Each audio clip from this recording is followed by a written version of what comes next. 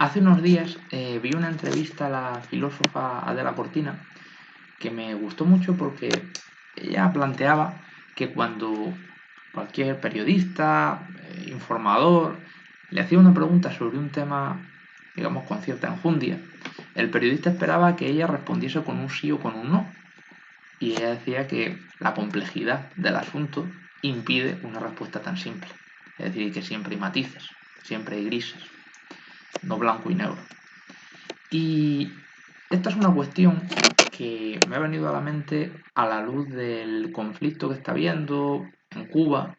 entre sectores de la población pues que están hasta las narices de pues algunos del sistema político, todos de la situación de carencia económica, material que hay y de cómo pues esas protestas han sido reprimidas por el gobierno. Una represión que es absolutamente inaceptable, que ha sido violenta, que ha provocado la muerte de alguna persona, pero que también se ha dado y con muchísima más crueldad en Colombia cuando, por los mismos motivos, amplios sectores de la población, estudiantes, trabajadores, campesinos, etcétera, se han movilizado pues diciendo, oiga, este es un país rico, aquí hay una élite que vive como Dios y nosotros no tenemos lo más básico. Y se ha mandado al ejército a disparar y se ha matado a muchísima gente y se han producido pues actos de brutalidad tremendos y llama la atención que los mismos que ponen el grito en el cielo por lo que pasa en Cuba, que es condenable, no condenen lo que pasa en Colombia. Bueno,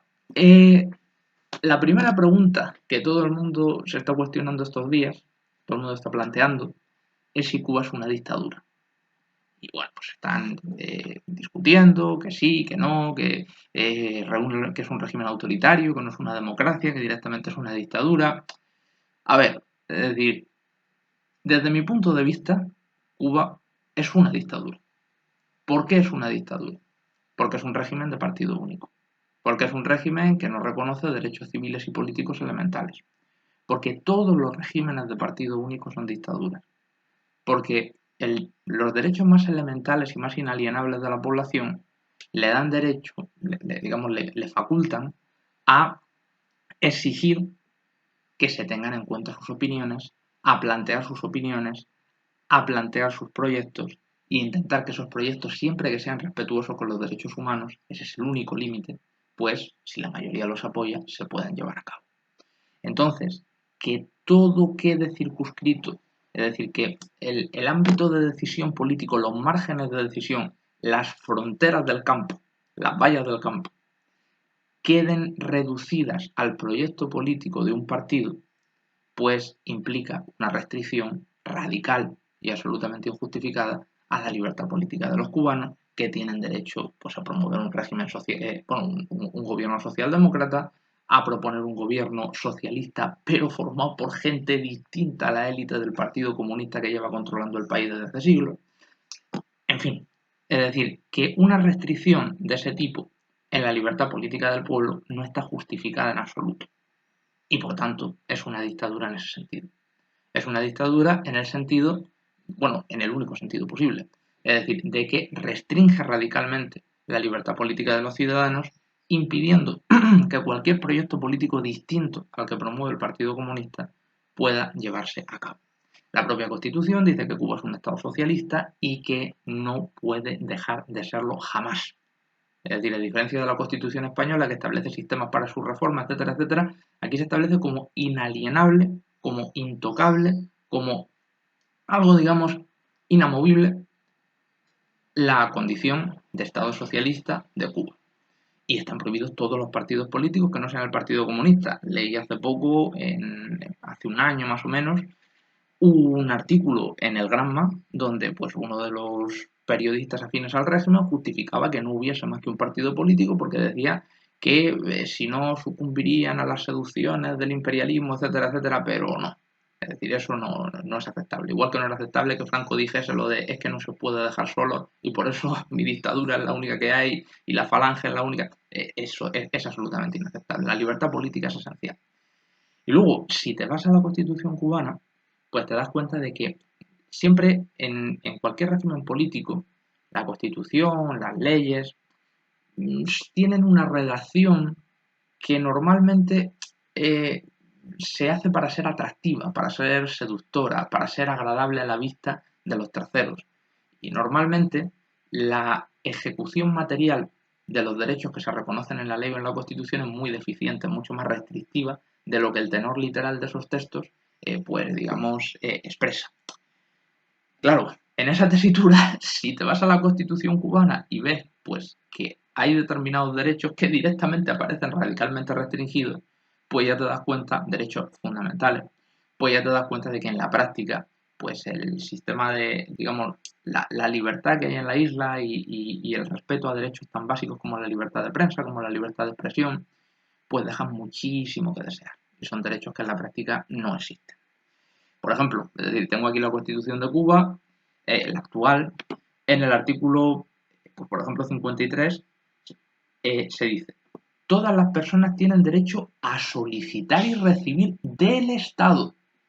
información veraz, objetiva y oportuna, y acceder a la que se genere en los órganos del Estado y entidades conforme a las regulaciones establecidas. Es decir, no hay libertad de prensa, no hay medios de comunicación privados. El Estado monopoliza la información. Por tanto, no existe libertad de prensa. Luego, por otra parte, pues se dice que todas las personas tienen derecho a que se respete su intimidad personal y familiar, su honor e identidad, el domicilio es inviolable, no se puede penetrar en morada ajena sin permiso de quien la habita, salvo por orden expresa de la autoridad competente con las formalidades legales y por motivos previamente definidos en la ley. Algo tan elemental como que solo la autoridad judicial puede ordenar la entrada en el domicilio de una persona, pues salvo flagrante delito, etcétera, etcétera, no lo dice la Constitución. Había otro artículo que era interesante que hablaba de se reconoce a las personas en la libertad de prensa, este derecho se ejerce de conformidad con la ley y los fines de la sociedad. Partiendo de la premisa de que la Constitución dice que el Estado es socialista y de que los fines del Estado son socialistas. Los medios fundamentales de comunicación social son de propiedad socialista de todo el pueblo o de las organizaciones políticas, sociales y de masa del Partido Comunista, y no pueden ser objeto de otro tipo de propiedad. El Estado establece los principios de organización y fundamento para todos los medios de comunicación social. Los derechos de reunión, manifestación y asociación con fines lícitos y pacíficos se reconocen por el Estado siempre que se ejerzan con el respeto al orden público y al acatamiento a las perspectivas establecidas en la ley. Todo con la misma filosofía, somos un Estado socialista y no se puede pretender cambiar el socialismo, con lo cual una manifestación que plantee un sistema distinto, que plantee una apertura, que se oponga al partido, no está permitido. Bueno, y pues, básicamente, bueno, luego ya se empieza a regular la propiedad, etcétera, etcétera. Bien, entonces, ¿cómo se elige a los miembros de la Asamblea Nacional en Cuba? Pues en teoría son elecciones, digamos, democracia directa. Es decir, en las circunscripciones se hacen asambleas donde si los candidatos tienen X porcentaje de votos, pues se pueden presentar como candidatos y tienen sus avales y luego pues, los más votados salen. Claro, una amplísima parte de esos candidatos son miembros del Partido Comunista, no pueden ser miembros de otros partidos porque no hay otros partidos. Y los demás que salen, pues evidentemente partiendo, digamos, de estas restricciones sobre la libertad política, etcétera, etcétera, y sobre que nadie tiene derecho a cuestionar el régimen, pues evidentemente son personas, en fin, que no son una oposición real. Entonces, bueno, partiendo de esta premisa, es decir, partiendo de que Cuba es una dictadura, partiendo de que efectivamente el embargo económico de Estados Unidos es criminal y no tiene razón de ser, porque hay dictaduras muchísimo más atroces que la de Cuba, dictaduras que, como pueden ser las dictaduras árabes, como pueden ser las monarquías absolutas árabes, como pueden ser las dictaduras de extrema derecha que había en Latinoamérica, pues bueno, que hasta hace poco hubo una en Bolivia, lo que pasa es que con las elecciones se la pudieron quitar de encima, cuando derrocaron ilegalmente a Evo Morales. Eh, es muy llamativo que Estados Unidos no imponga un embargo a Arabia Saudí o que Estados Unidos no imponga un embargo a Qatar,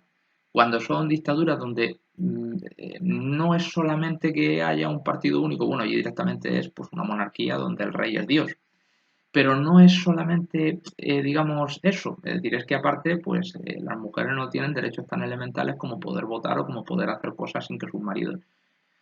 Claro, Es decir, llama la atención que en esos regímenes donde las vulneraciones de derechos humanos son muchísimo peores que en Cuba, pues Estados Unidos no ponga un embargo, Estados Unidos no lo combata, y la derecha española, pues digamos, y europea, pues mantenga excelentes relaciones con esos países. Es decir, o con democracias formales de Latinoamérica, como puede ser Colombia, donde pese a que formalmente hay una libertad de partidos, etcétera, etcétera, pues existe una corrupción salvaje, existen unas élites que lo dominan absolutamente todo, existe una represión brutal, asesinatos extrajudiciales, guerra sucia contra líderes de campesinos, líderes vecinales, líderes sindicales, que aparecen con un tiro en la nuca en una cuneta y los ha matado un policía porque se lo ha mandado un cacique del pueblo porque el líder vecinal estaba enfrentándose a un proyecto de urbanización que había mandado él, pues llama la atención que en esos ámbitos, digamos, no exista crítica, sino que existe incluso apoyo. Es más, es decir, cuando estaban matando a decenas de manifestantes todos los días en Colombia, pues la extrema derecha española decía que qué maravilloso que era el gobierno y que tenía que ir a muerte contra esos comunistas, cuando era gente que estaba haciendo lo mismo que se está haciendo en Cuba. Porque es, digamos, del mismo modo que es inaceptable que en Cuba no existan la libertad de partidos y que exista esa restricción tan radical de los derechos políticos, pues también es inaceptable que en otros países exista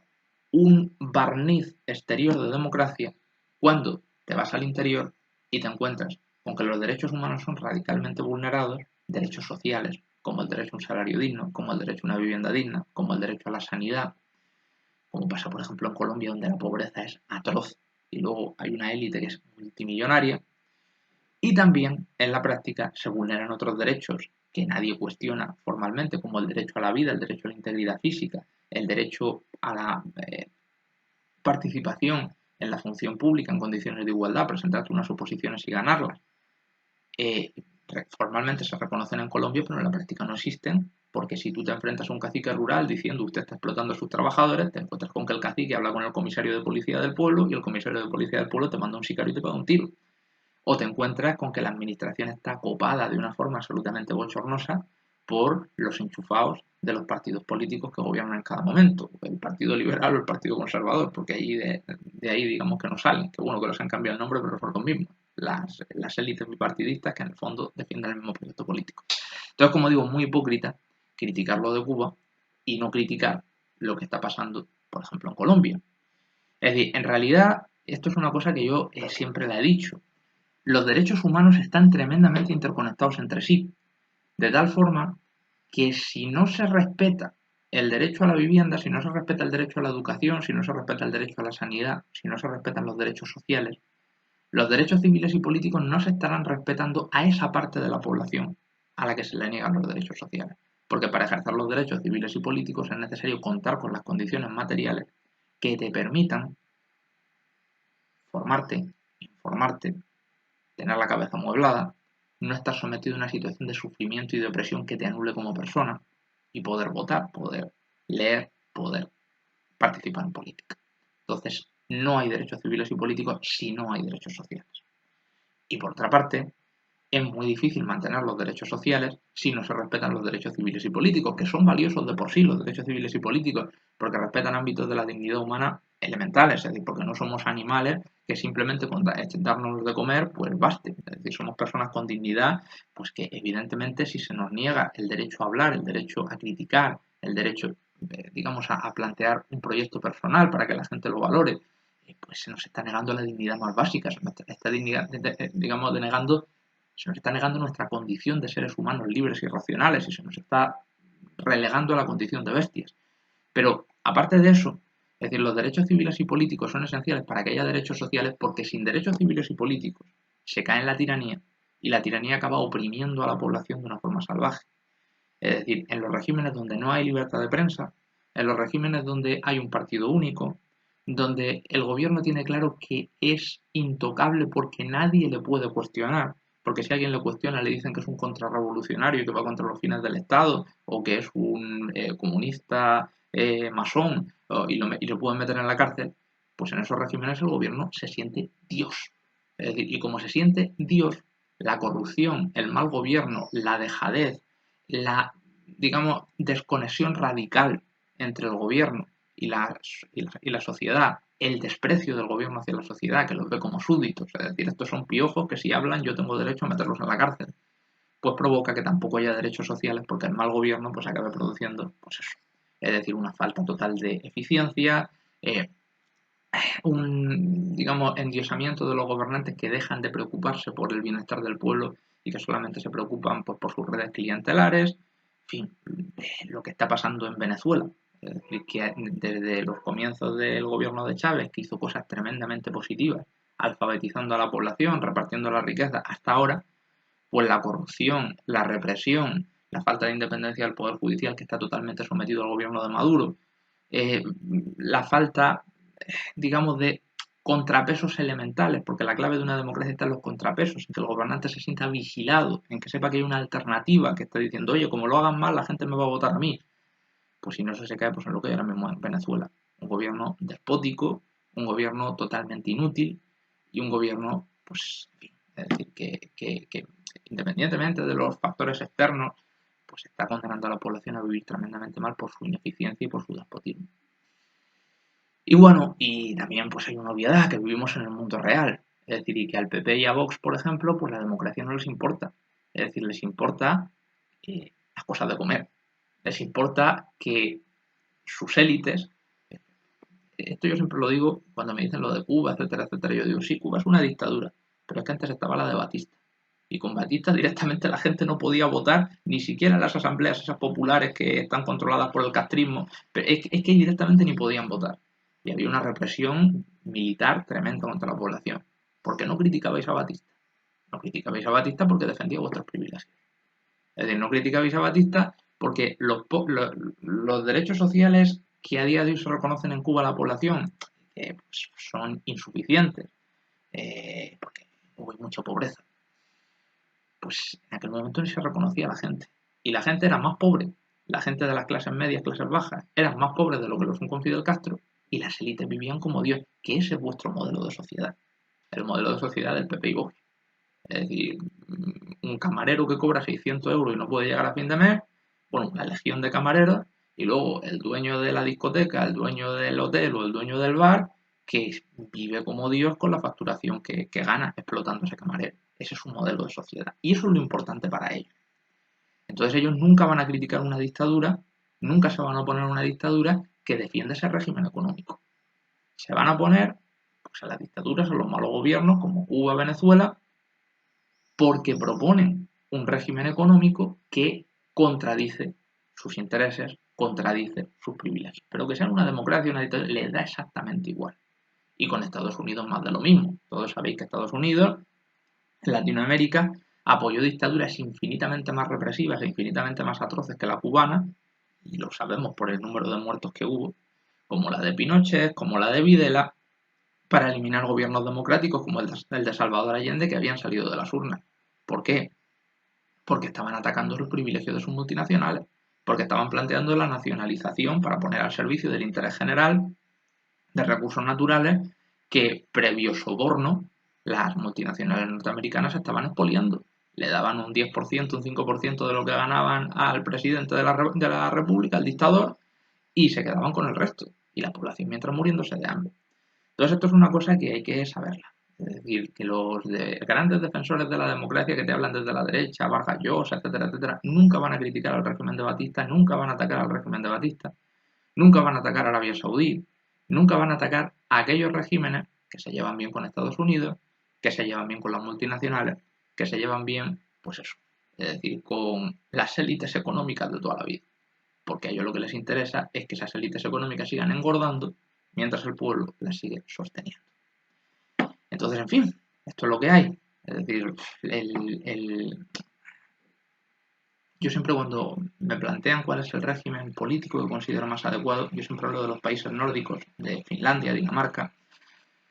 porque son países que han sabido conjugar, bueno, que han sabido alcanzar un respeto integral a los derechos humanos, desde luego son perfeccionables, pero han sabido desarrollar los derechos sociales profundamente y a la vez respetar los derechos civiles y políticos y conseguir la ecuación perfecta, que es un país donde la libertad de prensa está en lo más alto en todas las escalas internacionales y la libertad política está en lo más alto en las escalas internacionales y la pobreza está en lo más bajo en las escalas internacionales. Y no es casualidad. Lo uno es consecuencia de lo otro y del buen gobierno que se genera como consecuencia de ello. En fin, gracias por